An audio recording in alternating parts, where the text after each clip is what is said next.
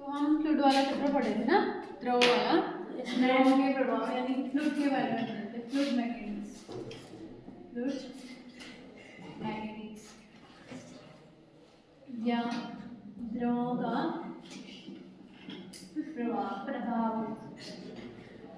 ठीक है, इसमें सबसे पहले आदर्श द्रव के बारे में पढ़ा था हमने।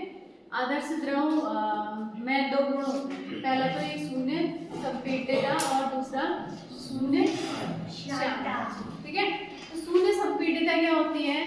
शून्य संपीडितता ये होती है कि माना कि हम कोई द्रव है, उसको अगर हम दबाते हैं, ठीक है, तो उसके आयतन में कोई परिवर्तन नहीं होता है, उसको हम शून्य संपीडितता कहते हैं। और शून्य श्यानता यानी कि कोई भी द्रव है वो क्या होता है, उसकी जो परतें होती है उनके बीच आपेक्षिक गति नहीं होती। ठीक है, तो शून्य श्यानता यानी कि जैसे कि माना द्रव कोई पानी है या शहद है ना, उनके जो द्रव की परतें हैं उनके बीच कोई सापेक्षिक गति नहीं होगी, वो शून्य श्यानता। लेकिन व्यवहार में ऐसा नहीं होता है, प्रैक्टिकली कोई भी द्रव है उसमें कुछ न कुछ श्यानता होती है। क्लियर हुआ ना? उसके बाद था धारारेखी प्रवाह। धारारेखी प्रवाह होता है क्या? जैसे मान लीजिए कोई ऐसे कोई लिक्विड जा रहा है, ठीक है, v वेग से, तो इसमें जो धारारेखी प्रवाह में क्या होता है, इसके जो कण है, इसके जो बिंदु है, उसके कण जो होते हैं, जल के कण, ठीक है, वो एक ही पथ पर चलते हैं, तो इसी को हम क्या कहते हैं? धारारेखी प्रवाह, रेखीय प्रवाह।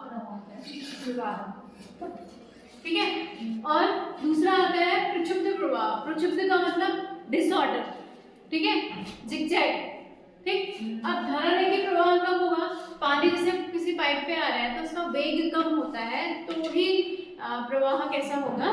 धारारेखी प्रवाह। लेकिन अगर उसमें वेग ज्यादा है, पानी की स्पीड ज्यादा है, तो वो प्रवाह कैसा हो जाता है? धारारेखी न होकर प्रक्षुब्ध हो जाता है, यानी कि अनियमित हो जाता है, टेढ़ा मेढ़ा हो जाता है, जिगजैग हो जाता है।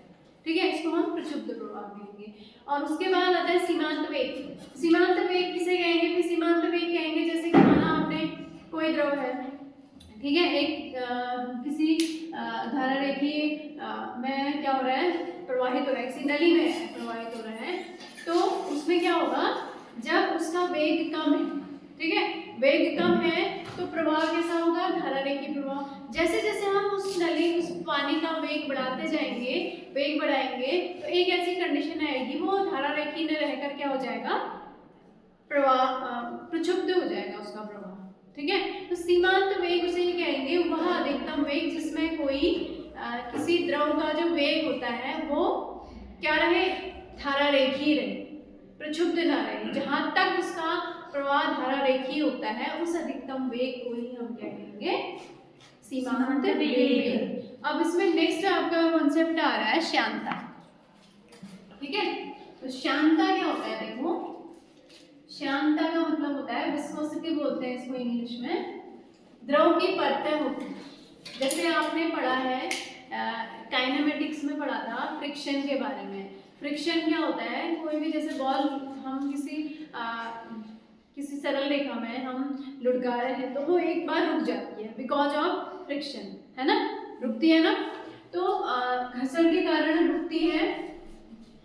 वैसे ही ठोसों में तो ये घर्षण जो है दो परतों के बीच में लगने वाला बल है, वैसे ही द्रवों के बीच में भी, द्रवों की परतों के बीच में भी बल लगता है, उसी को हम क्या कहते हैं? श्यान बल, या उस गुण को हम श्यानता कहते हैं। ठीक है, तो जो द्रव की परतें हैं, सपोज आपने किसी फर्श पर पानी फेंका, ठीक है, तो क्या होता है? जैसे माना ये है, द्रव की परतें होती हैं, बहुत सारी परतें होती हैं, ऐसी लेयर्स होती हैं। ठीक है, ये लेयर्स हैं,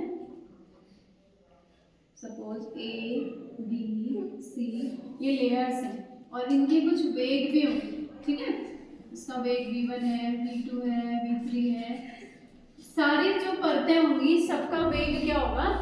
अलग अलग होगा। द्रव की जो परतें हैं ना, उन सब परतों का वेग क्या होता है? अलग अलग होता है। ठीक है, यानी कि सबसे नीचे वाली परत क्या होती है? स्थिर होती है। जब हम फर्श में पानी डालते हैं तो जैसे जैसे वो बहता जाता है, नीचे वाली लेयर आगे को, ऊपर वाली लेयर आगे को बढ़ती है, नीचे वाली लेयर नीचे ही रहती है ना, तो सबसे नीचे वाली लेयर जो है वो स्थिर रहती है, ठीक है। और जैसे जैसे लेयर ऊपर बढ़ती जाती है वैसे वैसे उसका वेग क्या होता है, बढ़ता जाता है, ठीक है। और सबसे ऊपर वाली जो लेयर होती है पानी की उसका वेग सबसे ज्यादा होता है। अपने दिमाग में इमेजिन करो जैसे मानिए पानी बह रहा है ऊपर से, ठीक है, तो उसमें ऊपर पे जो सबसे ऊपर वाली लेयर होगी वो क्या होगा, उसका फ्लो ज्यादा होगा कि नहीं, यानी कि उसकी स्पीड सबसे ज्यादा होगी, ठीक है। यानी ऊपर वाली सबसे ऊपर वाली जो परत है उसका वेग क्या होता है, सबसे ज्यादा, ठीक है। और नीचे वाली का उससे कम, उससे नीचे वाली का उससे कम, उससे नीचे वाली का सबसे कम होता है। और जो सबसे ऊपर वाली परत है, एक परत और दो परत, इनके बीच में क्या लगता है, एक श्यानदार विस्कस फोर्स लगता है, ठीक है। यानी कि जो ऊपर वाली परत है नीचे वाली परत को आगे की ओर खींचती है ना, लेकिन नीचे वाली परत ऊपर वाली परत को कहाँ की ओर खींचती है, पीछे की ओर। क्लियर हुआ, समझ में आया। ए बी सी जैसे तीन परतें हैं, ए वाली परत बी वाली परत को नीचे की ओर खींचेगी, ठीक है, पीछे की ओर, और बी वाली परत ऊपर वाली परत नीचे वाली परत को ऊपर की ओर खींचेगी, मतलब आगे की ओर खींचेगी, ठीक है। यानी कि इन परतों के बीच में जो बल लगता है उसी को हम क्या कहते हैं, श्यान बल।